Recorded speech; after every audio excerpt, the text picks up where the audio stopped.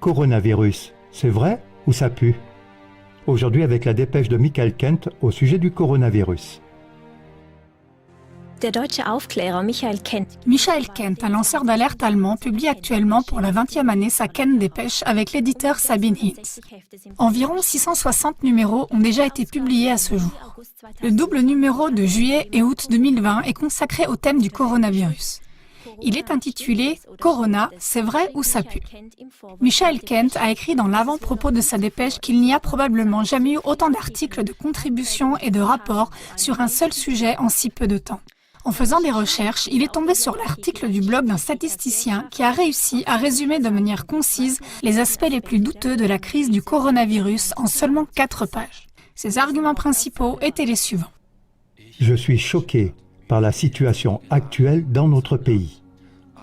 Pas par le coronavirus, mais par l'acceptation sans critique par la population des faits présentés sous l'imposition de lourdes ingérences dans la vie privée et les droits civils.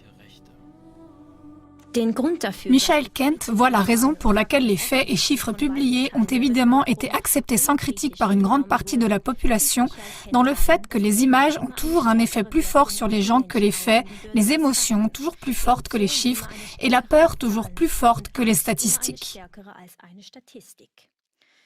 Les faits, les chiffres et les statistiques sont abstraits. Les humains ne peuvent pas les toucher, les sentir, les goûter ou les expérimenter. Les images en revanche, surtout les images animées avec du son, mais aussi les émotions et les craintes sont réelles, car on a vu les images, entendu les mots, ressenti et partagé les émotions soi-même et ressenti la peur dans son propre corps. C'est ce qui rend si difficile d'adopter un point de vue sobre et objectif. Michael Kent pense que l'anxiété des gens était artificielle. C'est pourquoi les mesures prescrites sont non seulement infondées, mais contre-productives. Elles ont même leur part dans les causes réelles de décès. Les vrais chiffres prouvent qu'il n'y a pas eu plus de cas de décès que dans des périodes comparables et que donc le coronavirus n'est quasiment jamais la cause de décès final. De plus, Kent écrit.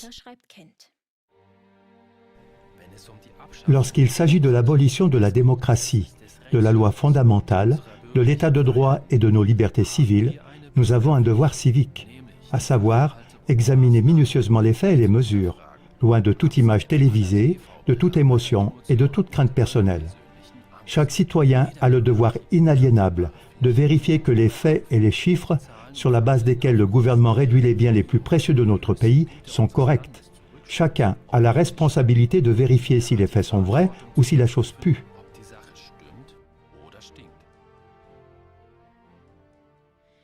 Dans ses conclusions de la dépêche sur le coronavirus, il résume ainsi la situation. J'avais mal jugé le coronavirus au début, pensant qu'il s'agissait juste de la dernière répétition du SARS, de la grippe aviaire, de la grippe porcine et compagnie. En fait, j'avais d'abord pensé que les inventeurs de la pandémie n'arriveraient plus à s'imposer après la débâcle de la grippe porcine. Mais ces gens savaient ce qu'ils voulaient à nouveau, réussir. Il leur faudrait du drame. Ville en quarantaine comme à Wuhan, beaucoup de morts comme en Italie ou à New York. Je n'aurais jamais pensé qu'ils seraient capables de provoquer une telle panique de masse juste en utilisant des images de télévision et de faux chiffres. Mais c'est précisément là que réside notre grande chance. Car, comme nous le savons maintenant, la question des tests, du nombre de cas des personnes infectées, des décès mal déclarés est une imposture, bien qu'elle ait des dimensions inimaginables. Cette incroyable tromperie est en même temps leur seul bouclier. Mais si nous parvenons maintenant à briser ce bouclier protecteur, à exposer la fraude dans sa totalité, alors ce n'est pas nous qui aurons le problème, mais eux. Ensuite, ils seront mis KO, une fois pour toutes. Ils ne pourront alors plus jamais intimider et harceler le monde avec des épidémies artificielles. Et c'est un but pour lequel un engagement extraordinaire vaudrait la peine, n'est-ce pas?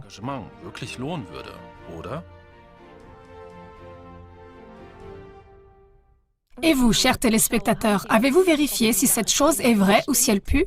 Le Kent Dépêche vous promet un voyage de découverte passionnant. Michael Kent et l'éditeur Sabine Hinz ont mis gratuitement à la disposition des téléspectateurs de CLA TV cette édition de la Dépêche en allemand sous forme de fichier PDF. Une diffusion supplémentaire est autorisée et souhaitée.